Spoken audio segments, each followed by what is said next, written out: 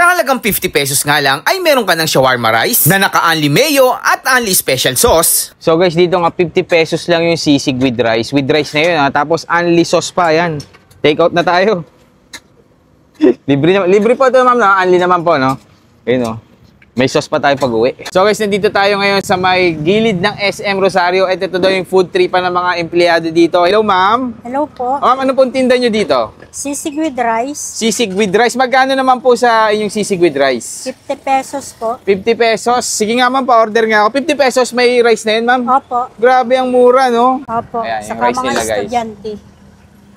Tapos, scoop tayo dito. Yun, dami din ha. Ma'am, kahit hindi vlogger, ganyan talaga ang serving nyo. Opo. Parehas lang po ng ano.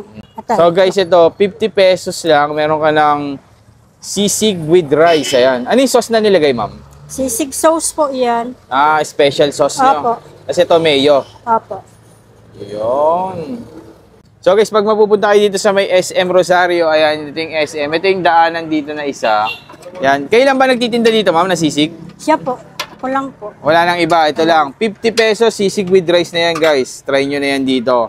Open sila dito ng alas 12. Ayan. Sige, ma'am. Thank you po. Opo. So, yung mga ka-food trip, napadayo na nga tayo dito sa kung saan nga may masarap ay dapat pinupuntahan. Ito, sisigan na walang pangalan dito lang sa may SM Rosario. Katabi lang sila. Guys, napakamura yan, no? 50 pesos lang yan. May kasama ng rice. Ang dami pa ng rice nila. So, parang student meal to, pero ang kadalasan kumakain dito mga empleyado.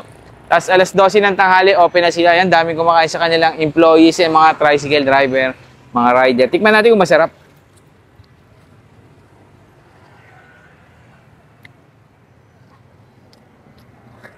Ang sarap din. Tapos ang ginagamit pala nila dito, guys, tenga ng baboy. Sarap, ha? Sakto lang yung serving niya for 50 pesos, no?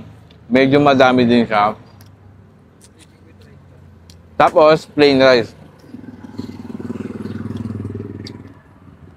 Pwede rin itong gawing, no? Java rice, no? Mas masarap. Pero baka mga 16 na yan pag ano. Sarap.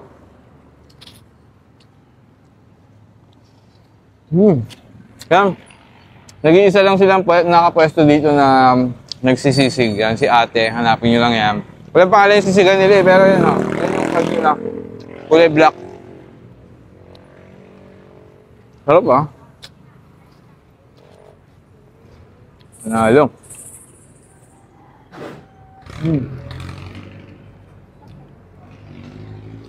Sana gustuhan ko dito, guys. Yung kanin nila, isang order, 10 piso lang. Magkano po extra rice, ma'am? 10 piso. 10 piso lang extra rice, guys. Grabe.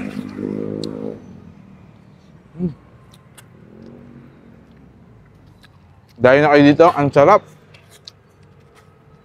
Sisig na walang pangalan.